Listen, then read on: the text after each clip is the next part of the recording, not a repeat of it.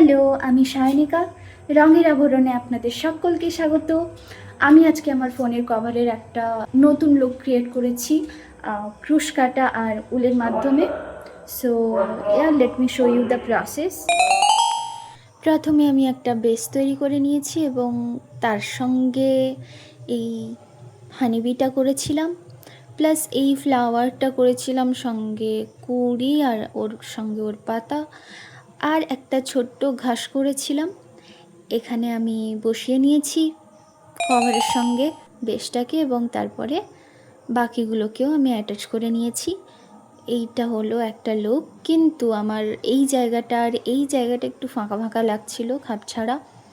আমি এই ছোট্ট একটা মাশরুম করেছিলাম আর এই একটা বাটারফ্লাই করেছিলাম, কিন্তু মাশরুমটা করার পর দেখলাম এই লালের সঙ্গে লালটা মিশে যাচ্ছে এবং খুব একটা বোঝা যাচ্ছে না বা ফুটছে না, জিনিসটা হাইলাইট হচ্ছে না। তারপরে আমি ভাবলাম বাটারফ্লাইটা দেব, এটা বেশি হাইলাইট করবে।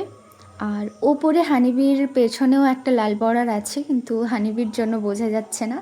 ইটস ওকে, যেহেতু আমি গার্ডেন থিম করেছি তো আমাকে ওগুলো দিতেই হতো।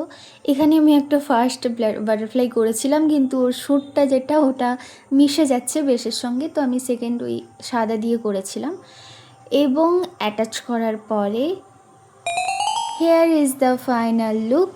আর আমি সাইডে একটা ফ্লাওয়ার আর ওই আগের বাটারফ্লাইটা দিয়ে একটা বো টাইপ করে দিয়েছিলাম। এই যে ফ্লাওয়ার আর বাটারফ্লাই। কেমন লাগলো অবশ্যই কমেন্ট করে জানাবেন। Thank you.